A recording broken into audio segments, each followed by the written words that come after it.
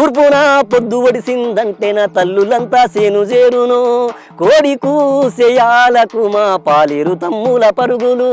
మా పటేలకేమో ఆవుల మందలింటి దారి పట్టగా సావిడిలో ఉన్న దూడ తల్లిని చూసి చెంగు చెంగున గంతులేయగా ఆటలతో పాటలతో పొద్దువాలేదాకా మా పల్లె పొలిమేర మారుమోగును పూలన్నకేమో సేతు నిండా పనులుండెరో చెమట సుక్కలే ఆ సేనులో నీరాయరో